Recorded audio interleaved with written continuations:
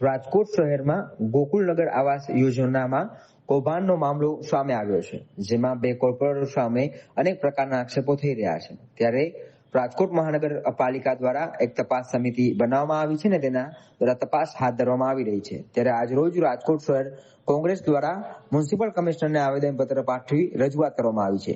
તપાસ કમિટી જે બનાવવામાં આવી છે તેને રદ કરી નાખવામાં આવે અને નોન કરપ્ટેડ અધિકારીને તેની તપાસ સોંપવામાં આવે, કારણ કે જો કોર્પોરેશનના અધિકારીઓ જ તપાસ કરશે તો પોતાના માણસોના નામ ક્યારેય બહાર નહીં આવે. તે પ્રકારની માંગ કોંગ્રેસ દ્વારા કરવામાં આવી છે. જ્યારે મ્યુનિસિપલ કમિશનર દ્વારા આ તપાસને લઈને નિવેદન આપવામાં આવ્યું હતું કે આ તપાસ કમિટી છે તેની તપાસ પૂર્ણ થઈ ગઈ છે અને તેના રિપોર્ટના આધારે મોટી કાર્યવાહી કરવામાં આવશે. ભાજપના બંને જે નગર સેવકો છે તેઓ બરતરફ થઈ શકે છે તેવી પણ શક્યતાઓ રહેલી છે. કમિટી સ્થળ તપાસનો રિપોર્ટ ટૂંક સમયમાં જાહેર કરવામાં આવશે તે પ્રકારની વાત પણ મ્યુનિસિપલ કમિશનર દ્વારા કહેવામાં આવી છે અને તેમના વિરુદ્ધ કાયદાકીય પગલાં પણ લેવામાં આવી શકે છે. હાલ તપાસ પૂર્ણ થઈ છે. ટૂંક સમયમાં આકરી કાર્યવાહીના સંકેતો પણ મ્યુનિસિપલ કમિશનર દ્વારા આપવામાં આવ્યા છે, જેને લઈને હાલ અત્યારે કહી શકાય કે અલગ અલગ આવાસ યોજનામાં વેરિફિકેશન પણ કરવામાં આવી રહ્યું છે. હાલના કિસ્સામાં સ્થળ તપાસ અને કાગળની તપાસ પણ કરવામાં આવી છે અને થોડાક કલાકોમાં રિપોર્ટ જાહેર કરવામાં આવશે તેમ મ્યુનિસિપલ કમિશનર દ્વારા કહેવામાં આવ્યું છે. જે મામલામાં ભારતીય જનતા પાર્ટીના શહેર પ્રમુખ મુકેશ દોશી દ્વારા પણ નિવેદન આપવામાં આવ્યું છે. તેમણે પોતાના પક્ષના બંને કોર્પોરેટરને કારણદર્શક નોટિસ પણ પાઠવી છે. વોર્ડ નંબર 5ના દેવબેન જાદવ અને વોર્ડ નંબર 6ના વજીબેન ગળતોને નોટિસ આપી છે અને 48 કલાકની અંદર જવાબ આપવા તેમણે જણાવ્યું છે. તે ઉપરાંત આગામી સમયની અંદર મવડી મંડળમાંથી જે નિર્ણય આવશે તે મુજબ કાર્યવાહી કરવામાં આવશે તેવું નિવેદન પણ શહેર પ્રમુખ ભાજપ મુકેશ દોશી દ્વારા આપવામાં આવ્યું. ચોક્કસ આ બાબતે એક તપાસ કમિટી બનાવવામાં આવેલી છે અને કમિટીના મારફતેથી જે તપાસની કામગીરી છે તાત્કાલિક શરૂ પણ કરી દેવામાં આવેલી છે. એટલે જે ડોક્યુમેન્ટ છે ડોક્યુમેન્ટનું રીવેરિફિકેશન થાય, રીવેરિફિકેશનની સાથે સાથે જે પોલિસીની ગાઈડલાઇન પ્રમાણે પણ સ્થળ સ્થિતિ પ્રમાણે પણ એનું વેરિફિકેશન થાય અને સાથે સાથે અન્ય માધ્યમો જેવા કે ટેક્સ માટેની આપણી પાસેની વિગતો અવેલેબલ હોય અને એ ઉપરાંત પણ આપણને અલગ અલગ માધ્યમો તરફથી જે ડિટેલ વગેરે મળી હોય એનું એકચ્યુઅલમાં સ્થળ લેવલે ગ્રાઉન્ડ લેવલે એનું રીવેરિફિકેશન થાય, ચેકિંગ થાય. એ કાર્યવાહી ઓલરેડી પૂર્ણ કરી દેવામાં આવેલી છે. ખૂબ જ ટૂંક જ સમયમાં એ રિપોર્ટ આપણને સબમિટ થાય અને એ રિપોર્ટના આધારે જે પણ એમાં કાયદાકીય પગલાઓ લેવાના થતા હોય એ તમામ પગલાઓ સુનિશ્ચિત કરવામાં આવશે. મેં વાત કરી એમ જે પણ એમાં કાયદાકીય રીતે જે પણ ઉચિત પગલાઓ લેવાના થશે એ તમામ પગલાઓ એમાં સુનિશ્ચિત કરવામાં આવશે.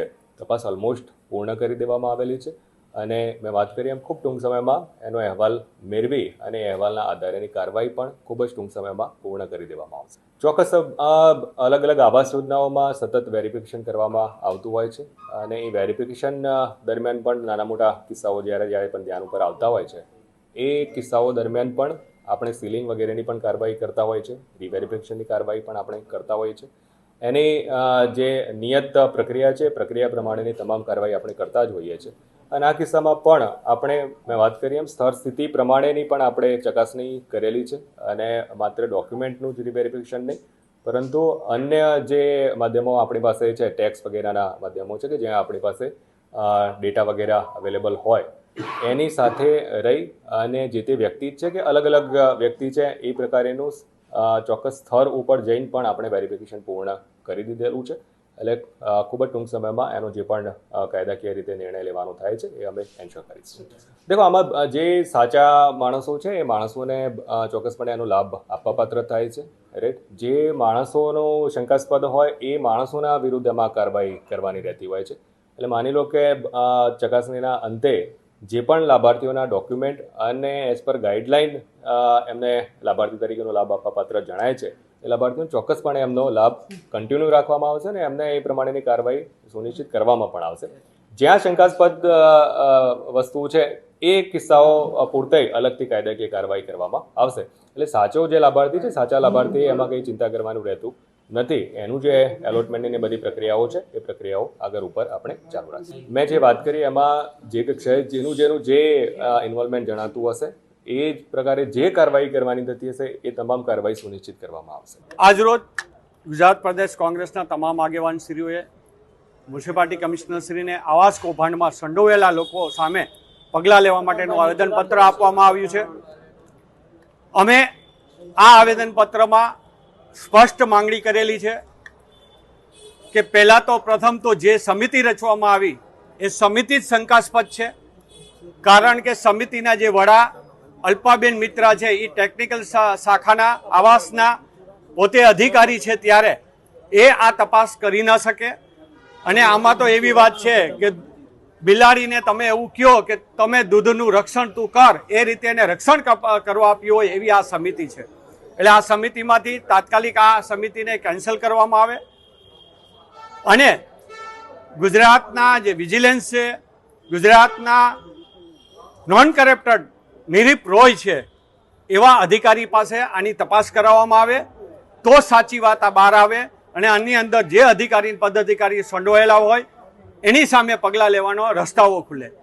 પણ જે સંડોવાય, જે શંકાસ્પદ ભૂમિકામાં હોય, જેનું અવારનવાર ભૂતકાળમાં પણ નામ સંડોવાયું હોય, એવાને તમે તપાસ સમિતિ આપો, એમાં ક્યારેય આ કોર્પોરેશનમાં ગરીબ લોકોને ન્યાય નથી મળતો. ત્યારે બીજી વાત રહી કે કાયદાની, કોર્પોરેશનના એક્ટની, તો કોર્પોરેશનના એક્ટમાં બહુ સ્પષ્ટ જોગવાઈ છે કે એકવાર તમે કોર્પોરેટર પદ તરીકે શપથ લીધા પછી તમે જ્યારે જનરલ બોર્ડમાં બેસી જાઓ છો ત્યારબાદ તમે આ કોર્પોરેશનની અંદર ક્યારેય પણ કોઈ આવાસ હોય કે સરકારી કોર્પોરેશનના કોન્ટ્રાક્ટ હોય એમાં તમે કે તમારો પરિવાર ભાગ ન લઈ શકે અને કોઈ ટેન્ડર પણ ના લઈ શકે. ત્યારે આની અંદર કોર્પોરેટરના પતિશ્રીએ પોતાના નામે ક્વોટર લઈ લીધું છે, પોતાના પરિવારના નામે ક્વોટરો લીધા છે, ત્યારે તાત્કાલિક એને ડિસ્કોલિફાઈડ કરવા જોઈએ. અને કોર્પોરેશન એક્ટની અંદર બહુ સ્પષ્ટ જોગવાઈ છે કે આનો કોઈ પણ લાભ લે તો એને એના પદ ઉપરથી દૂર કરવા જોઈએ. ભાજપના પ્રમુખશ્રીએ એવી જાહેરાત કરી કે એમનું ચેરમેન પદેથી રાજીનામું લઈ લીધું, પણ ચેરમેન પદેથી રાજીનામું કોર્પોરેશનની અંદર જમા થવું જોઈએ અને એનું લેખિત દેવું જોઈએ કે હું આ પદ ઉપરથી, હું મારા ચેરમેન પદ ઉપરથી રાજીનામું આપું છું, જે હજી સુધી મારા મુજબ આ કોર્પોરેશનમાં દેવામાં આવ્યું ન હોય એવું સ્પષ્ટ થઈ રહ્યું છે. ત્યારે ભાજપના પ્રમુખશ્રીની પાસે હું બહુ સ્પષ્ટ અપેક્ષા રાખું છું કે જો તમે સાચી ન્યાય ગરીબોને દેવા નીકળ્યા હો તો એ જ રીતે આ ભ્રષ્ટાચારીઓને પોતાના પદ ઉપરથી, કોર્પોરેટરના પદ ઉપરથી રાજીનામા દેવરાવો તો તમે સાચા ન્યાયના દેવરાવ્યો કહેવાય. બાકી તો તમે ખાલી રમતો રમો અને ચેરમેન પદેથી રાજીનામું દેવરાવી દો, તે એક માત્ર લોકોને ભરમાવાની વાત છે. રાજકોટ મહાનગરપાલિકાના મ્યુનિસિપલ કમિશનર દ્વારા અલ્પનાબેન મિત્રાના નેજા હેઠળ એક કમિટીનું ગઠન થયું હતું. એ કમિટીનો રિપોર્ટ આજરોજ અમારી પાસે આવ્યો છે. એના સંદર્ભમાં ભારતીય જનતા પાર્ટીના રાજકોટ શહેરના પ્રમુખ તરીકે બંને કોર્પોરેટરો વોર્ડ નંબર 5ના વજીબેન કવાભાઈ ગોલતર અને વોર્ડ નંબર 6ના અમારા કોર્પોરેટર દેવુબેન મનસુખભાઈ જાદવ, આ બંનેને ગઈકાલે રૂબરૂ બોલાવ્યા હતા, જેના સંદર્ભે અમે અમારા જે દેવુબેન જાદવ છે એમનું અમે કાયદો અને નિયમનના ચેરમેન પદેથી ગઈકાલે રાજીનામું લઈ લીધું. આજે 48 કલાકની ખુલાસો પૂછતી એક નોટિસ આપવામાં આવશે.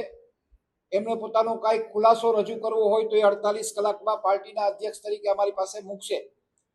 ત્યારબાદ પાર્ટીના અમારા મોવડી મંડળ સમક્ષ આ કેસ મૂકીશ. એમના માર્ગદર્શન નીચે આગળની જે કાંઈ કાર્યવાહી કરવાની થશે એ પ્રમાણેની કાર્યવાહી કરવાના. કોંગ્રેસનું કામ વિરોધ કરવાનું છે, એમની રજૂઆત આપે સાંભળી, અમે પણ સાંભળી. કાયદો કાયદાનું કામ કરશે, પાર્ટી પાર્ટીનું કામ કરશે. આગળની વ્યવસ્થા અમારા પાર્ટીના મોવડી મંડળના માર્ગદર્શન નીચે મુજબ જે કાંઈ આદેશ મળશે એ પ્રમાણેની કાર્યવાહી આગળ કરશે. તપાસ રિપોર્ટમાં જે કાંઈ તથ્યતા છે અત્યારે જાહેર નહીં કરું, પણ એટલું છે કે જે કાંઈ હશે એ પારદર્શક હશે એનું ખાતરી આપે. એવું અત્યારે સ્પષ્ટ નહીં કહી શકું, પણ એમને ખુલાસો, અમારી એક ફરજ છે કે અમારે એમને પણ સાંભળવા જોઈએ. એમને સાંભળ્યા પછી હું મોવડી મંડળ સમક્ષ એ રિપોર્ટ રજૂ કરીશ અને રિપોર્ટના આધારે જે અમને સૂચના આપવામાં આવશે એ મુજબની કાર્યવાહી કરીશ.